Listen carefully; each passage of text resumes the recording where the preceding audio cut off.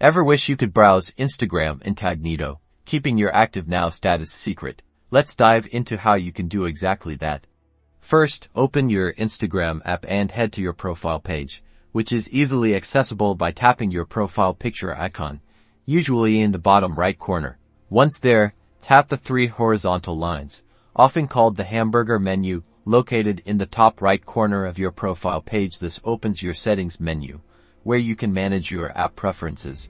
In the menu, find and tap on Settings and Privacy. This will take you a new page with privacy controls. Scroll down through the list until you find How Others Can Interact with You section, then select Messages and Story Replies. Tap Show Activity Status. On the Show Activity Status toggle switch, tap to turn the toggle switch off. This means the switch is grayed out and switched to the left. Turning this off means no one can see when you're active, and you won't be able to see when others are active either.